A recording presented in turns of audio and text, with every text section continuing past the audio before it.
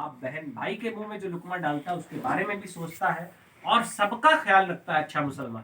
نبی علیہ الصلوۃ والسلام ہمارے پیارے نبی ہیں, یقیناً ہم ان سے نہایت محبت کرتے ہیں, لیکن نبی کے جتنے بھی متعلقین تھے وہ سب نبی سے محبت کرتے تھے. کوئی ایسا نہیں.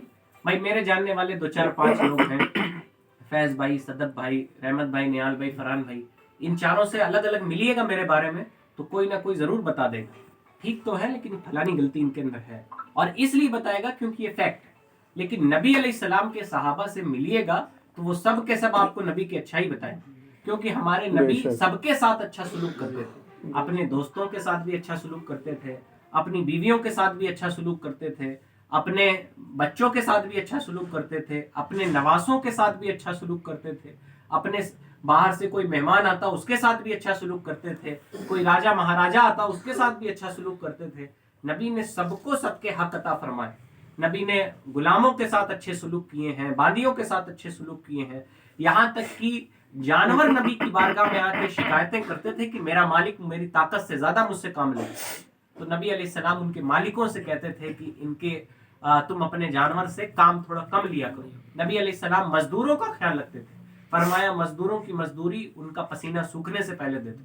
آپ سوچیں آپ دن بھر کام کریں, ہے نا, شدت کے ساتھ کام کریں اور آپ پسینے سے بھیگے ہوں, اور پھر آخری میں جب اجر لینے کا وقت آئے کوئی کہے ٹھیک ہے کل دے دیں گے, چلو ٹھیک ہے جاؤ بعد میں دے دیں گے, چلو 500 کا تھا 400 دیں گے. اس مزدور کے دل پہ کیا بیتتی ہوگی. نبی نے فرمایا فوری طور پہ اس کی اجرت دے دو اور پسینہ سوکھنے سے پہلے مزدور کی مزدوری اس کے حوالے کر دیجیے. تو ہمارے نبی علیہ السلام ایک ہمہ جہت شخصیت, اور نبی نہیں, نبی کے ماننے والے بھی ایسے ہی ہوتے ہیں.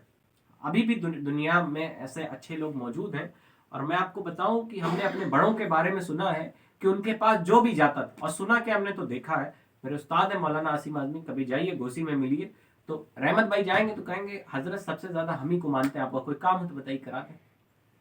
فرحان بھائی جائیں گے تو کہیں گے ہمیں بہت مانتے ہیں, بتائیے, وہ ہم ہی سے کہنے لگیں گے چلیے آپ کا کام ہم کرا دیں, اگرچہ ہم زیادہ قریب ہیں. یعنی ہر ان کے پاس بیٹھنے والے ہر شخص کو لگتا ہے کہ یہ ہم سے بہت زیادہ محبت کرتے ہیں. یہ مسلمان کا کردار ہوتا ہے. لیکن آج مسلمان دوست بھی ہوتے ہیں, بھائی بھی ہوتے ہیں, ماں باپ بھی ہوتے ہیں, تو تھوڑا سا بات کرنے میں کتراتے ہیں. ہمارے نبی نے فرمایا ہے, نبی پاک صلی اللہ علیہ وسلم کی حدیث ہے کہ مسلمان آسان ہوتا ہے, ایزی ٹو ایکسیس ہوتا ہے. یعنی ان کو مجھ سے کچھ کہنا ہے, فیصل بھائی کو مجھ سے کچھ کہنا ہے تو یہ جھجک محسوس نہیں کریں گے, کہہ دیں گے کہ انس بھائی یہ پریشانی میرے ساتھ ہے, اس اعتبار سے آپ دیکھ لیجئے گا. مومن اتنا آسان ہوتا ہے, اتنا نہیں کہ ہمارے ٹھاٹ باٹ ہے, ہماری دنیا داری ہے, ہم بہت ہیم فیم میں چلتے ہیں, ہمارا پروٹوکول ہے, ہر شخص ہم سے باتیں نہیں کر سکتا. نبی نے ایسی زندگی نہیں گزاری, اور نبی علیہ الصلوۃ والسلام نے کتنی پیاری بات کہی ہے. ہم سب اچھے ہیں بھائی, مولانا کے سامنے تو سب اچھے سے باتیں کریں گے, کون میرے سامنے گالی دے گا, کوئی کون میرے سامنے جو ہے وہ غلط کام کرے گا. وہ میرے پاس عورتیں آتی ہیں, تو ایک عورت آئی اور اس نے کہا میرا بچہ بہت سیدھا سادہ ہے, بہت شریف ہے, آپ سمجھتی نہیں ہے. میں نے کہا کیوں آپ یہ کہہ رہی ہیں, کہیں دیکھیے کتنے اچھے سے بیٹھا ہے. ہم نے کہا ایسا ہے بہن کہ میرے سامنے تو جب عورتیں آتی ہیں تو سر پہ دوپٹہ دھر لیتی ہیں, تو اس کا کیا مطلب وہ پردے دار ہے. پردے دار تو تب ہوں گی جب باہر بھی دوپٹہ دھرے. مولانا کے سامنے تو سب پردے دار ہیں, کوئی بھی آئے گا ٹوپی لگا کے آئے گا, کوئی گالی نہیں دے گا میرے سامنے.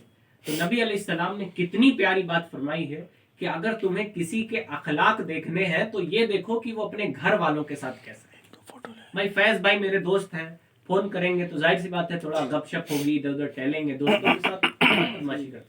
کون دوستوں سے ناراض ہوتا ہے, دوستوں سے. لیکن اچھا انسان وہ ہے جو اپنے ماں باپ کے ساتھ بھی اچھا ہے.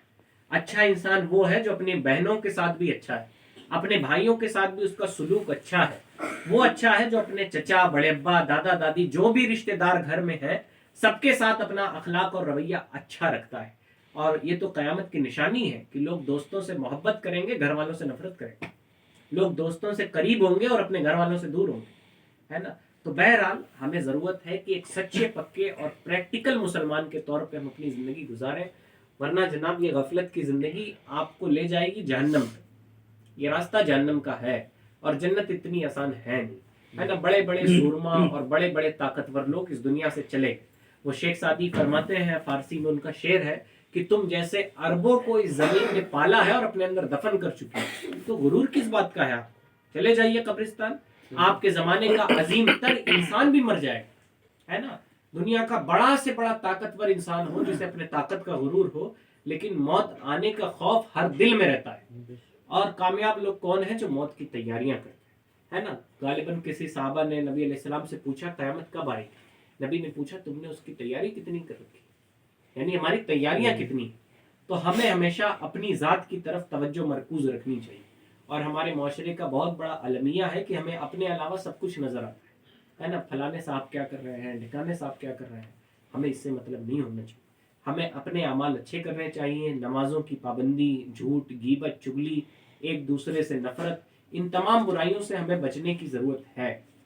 اور اپنے اخلاق ایسے کرنے کی ضرورت ہے کہ ہم دنیا میں بھی کامیاب ہوں، آخرت میں بھی کامیاب ہوں، اور لوگ ہماری وجہ سے دین اسلام کی طرف آئیں. وہ صحابی جن کا عمل دیکھ کے انہوں نے کپڑا خریدا نہیں خریدا، وہ دین اسلام میں داخل ہو گئے، تو یقیناً آج تک ان کی نسلوں میں جو ایمان والا ہوگا انہیں ثواب مل رہا ہوگا. بے شک. ان کی تجارت کامیاب ہو جاتی تو ٹھیک ہے، کچھ پیسے انہیں دنیا میں مل جاتے.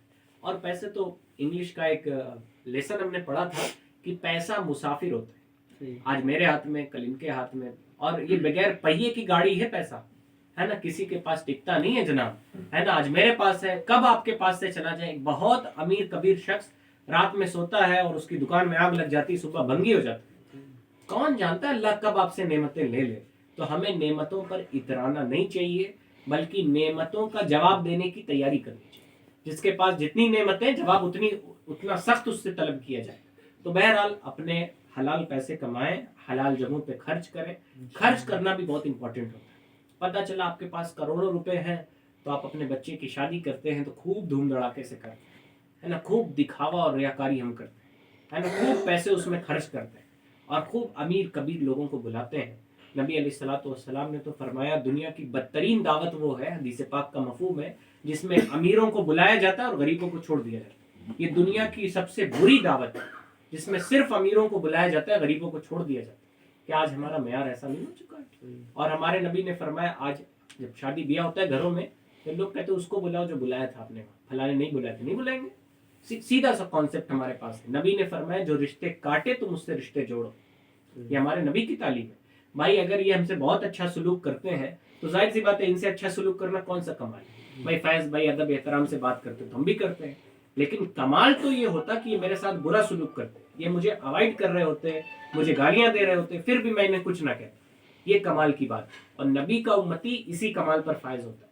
تو بہرحال ہمیں دنیا داری چھوڑ کے، دنیا کی محبت چھوڑ کے اپنے آپ کو دین کی طرف لانے کی ضرورت ہے. بالخصوص آپ عمر کے جس بھی شعبے میں ہو، یہ آپ کے لیے موقع غنیمت ہے نا. کوئی مرتے دم بھی اگر توبہ کر لے تو اللہ اتنا کریم ہے کہ اس وقت بھی معاف فرما دے. وہ چھوڑے، ہمارے بڑوں نے فرمایا ہے کہ آپ روئیے مت، آپ کے پلک کی جڑ بھی اگر آپ کے آنسوؤں سے بھیگ گئی تو اللہ آپ کے گناہ معاف کر دے. اتنا کریم رب ہے. تو ہمیں توبہ کر کے اپنے رب کی طرف آ جانا چاہیے. بالخصوص جو نوجوان حضرات ہیں انہیں اپنی زندگیاں یہ عیش و آرام، تن آسانی اور خود نمائی میں گزارنے کے بجائے، تن آسانی کیا ہوتی ہے کہ اب ہمارے گھروں میں اے سیاں لگی ہوئی ہیں، گرمی ٹھنڈی ہے تو بلوور لگے ہوئے ہیں، یہ ساری آسانیاں موجود ہیں، آپ استعمال کریں، دین اسلام منع نہیں کرتا. لیکن اس کی وجہ سے ہماری نمازیں نہیں چھوٹنی چاہیے، اس کی وجہ سے ہماری جماعتیں نہیں چھوٹنی چاہیے. ہوتا کیا ہے کہ انسان بلوور چلا کے سو رہا ہوتا ہے تو چلو ٹھیک ہے فجر میں اٹھیں گھر میں ہی پڑھ لے رہے ہیں. جماعت واجب ہے. نبی علیہ الصلوۃ والسلام کی حدیث سنی ہے، ہم نے پڑھی نہیں ہے، کہ جو جماعت سے نماز نہیں پڑھتا، نبی نے فرمایا میرا جی چاہتا ہے کہ میں ان کے گھروں میں آگ لگا.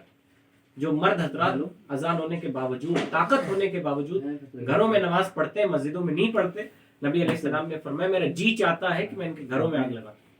تو ہمیں تن آسانی، یعنی جو اپنی نفس کے ہم غلام ہو چکے ہیں، یہ بدن فنا ہونے والی چیز ہے، کتنا بھی اسے دے دیں، خوب کھلا لیں پروٹین اور کیا کیا پروٹین پاؤڈر وڈر لڑکے کھا کے آج کل باڈی شاڈی بنا رہے ہیں، کچھ بھی کھلا لیں سب کچھ ختم ہو جائے گا، ہے نا. 3 دن کے اندر مٹی سب کچھ کھا جائے گی، جتنے بھی ڈولے شولے آپ کے ہوں گے سب کچھ ختم ہو جائے گا. آپ کے ساتھ جائے گا کیا قبر میں؟ آپ کے عمل، آپ کا طور طریقہ، آپ کا دوسروں کے ساتھ رویہ.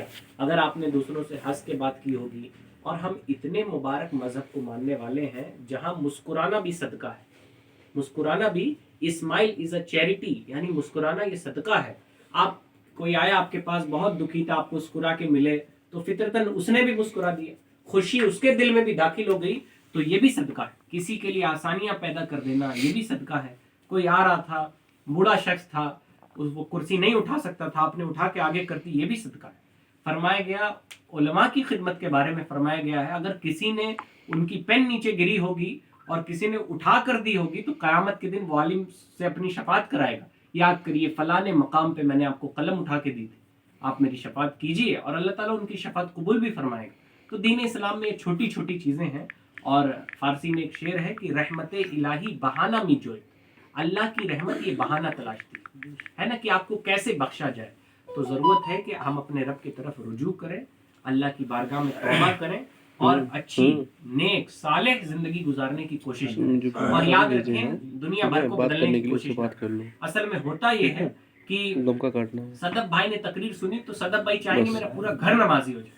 پہلے آپ خود نمازی ہو جائیے, آپ مصلی پہ بیٹھ کے پروفیشن پوچھ لو کہاں کرنا ہے, سعودی کرنا ہے, کویت کرنا ہے, کہاں کرنا ہے, اگر لکھنؤ جائے کہاں جائے گا پوچھ لینا سب سے, ٹھیک ہے. اگر آپ کے گھر میں کوئی نماز نہیں پڑھتا اللہ کی بارگاہ میں دعا کیجیے اللہ اسے توفیق دے دے, ہے نا. یہ توفیق کی چیزیں ہیں, ورنہ طاقت سے اور اویلیبلٹی سے کوئی نماز نہیں پڑھتا ہے. پہلے زمانے میں تو مسجدیں کچی تھیں, آج کے زمانے میں ساری فیسلٹیز اویلیبل ہیں, لوگ نمازیں نہیں پڑھتے. تو یہ اللہ کی توفیق کی بات ہے. جس میں جان بھی ہے نمازیں نہیں پڑھتے, ہے نا, پانی بھی موجود ہے گھر میں نمازیں نہیں پڑھتے. تو یہ بہت رونے کا مقام ہے کہ اللہ نے ہم سے توفیق بھلائی کی چھین لی.